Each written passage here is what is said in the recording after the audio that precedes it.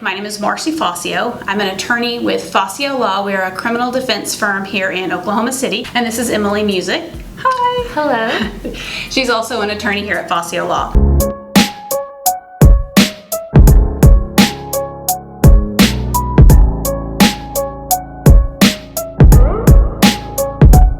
If you find yourself in the unfortunate situation of being involved in the court system, there's a lot of paperwork you're going to be hit with. One of the first piles of paperwork you'll get is something like this. It's basically a charging packet, and it's got 3 different components. I'm going to walk you through that today just so you can kind of understand what it is that you're looking at. You'll get this paperwork at arraignment, which is probably your first time to walk into the courthouse, so you'll know what you're looking at. The probable cause affidavit is going to be a paragraph, maybe a page long. It's not super long. It's just a summary of the information that the officer or law enforcement thinks constitutes sufficient evidence to charge you with the crime. An affidavit basically means a sworn statement. So the officer is going to write out a statement or type out a statement that's a summary of what went on, and they are swearing to its truth. And so that's the affidavit, and then it's got to be probable cause. So the statement that the officer makes has to show that there is at least probable cause, meaning some level of evidence to show that you did in fact commit the crime. What it's going to be in practicality is just another piece of paper. It could be a paragraph long, maybe a page. Occasionally, if it's a complex case, it might be go over a page, but it's a very short summary of what the officer observed or what they learned during their investigation that has led them to believe you have committed this certain crime. So let's talk about, for example, the charge of possession of a controlled dangerous substance. If you're charged with that, you're going to have a probable cause affidavit that talks about why the officer thinks that you are guilty of possession of controlled dangerous substance. Controlled dangerous substance is often abbreviated as CDS. So if you hear us say CDS, that's what we're talking about, controlled dangerous substance, basically drugs. So in very simplified terms, what an element is it's a recipe of a crime. So just as if you would need a recipe to bake something, let's bake some cookies, you're going to need butter, sugar, milk, flour, eggs, and a couple of other things. But to make things shorter, you have to have the same type of recipe to prove a crime, and that is your elements. The elements of possession of a controlled dangerous substance or possession of CDS.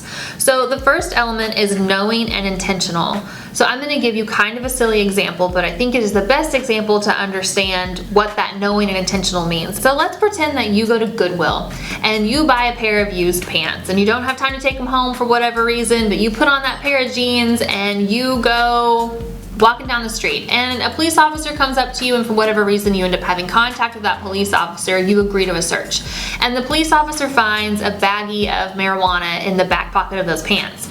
You did not know, hopefully, that there was marijuana in those pants. You just bought them at Goodwill, you put them on your body, you're walking down the street. You have to know and intentionally have possession of those drugs. So it has to be something that you had in your hand, you put in your pocket, you knew it was there. And so while that's kind of a goofy example, that's the best way to explain knowingly and intentionally having something. If you call us because you've been arrested for possession of CDS and you say, guys, don't worry, we got this case beat, those weren't my pants.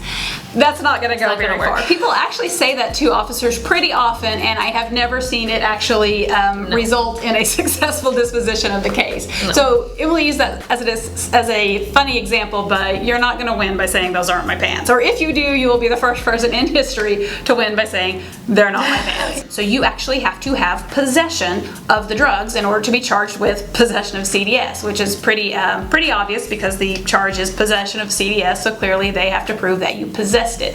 I want to talk about an important distinction that a lot of times people don't think about. There's something called constructive possession.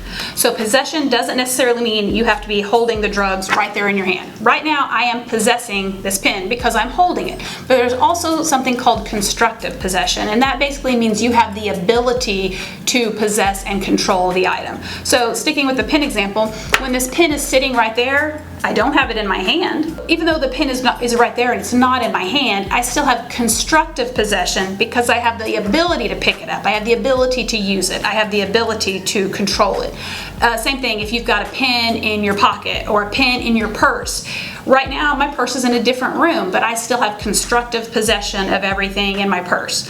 My car is out in the parking lot.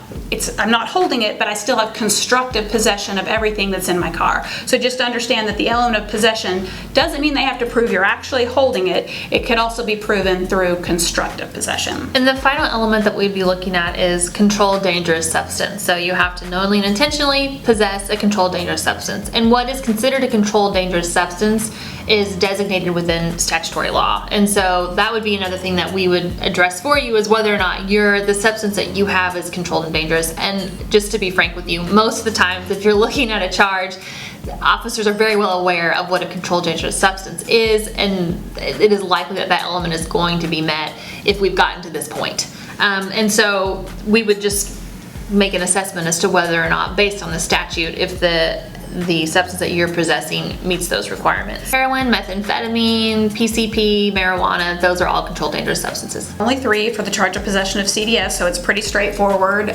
Different crimes have different elements and different numbers of elements. So this one has 3 elements, and if the state has evidence that can prove those 3 things, then they would be justified or legally authorized in proceeding against you by filing charges. Again, the probable cause affidavit is going to set forth the specifics for how they believe they're going to prove those charges and those elements, and that's what we would do. Kind of at that point, we'd go through the probable cause affidavit, we'd go through the rest of the police reports and compare it with the elements to assess the strengths and weaknesses of the charge against you, and then kind of make a strategy based off of that. So if at any point in time you find yourself in a situation, we hope that this video has been enlightening to you, and we encourage you to click the link below, give us a call, and we are happy to help you and start assessing what's going on with your case. We offer a free case assessment.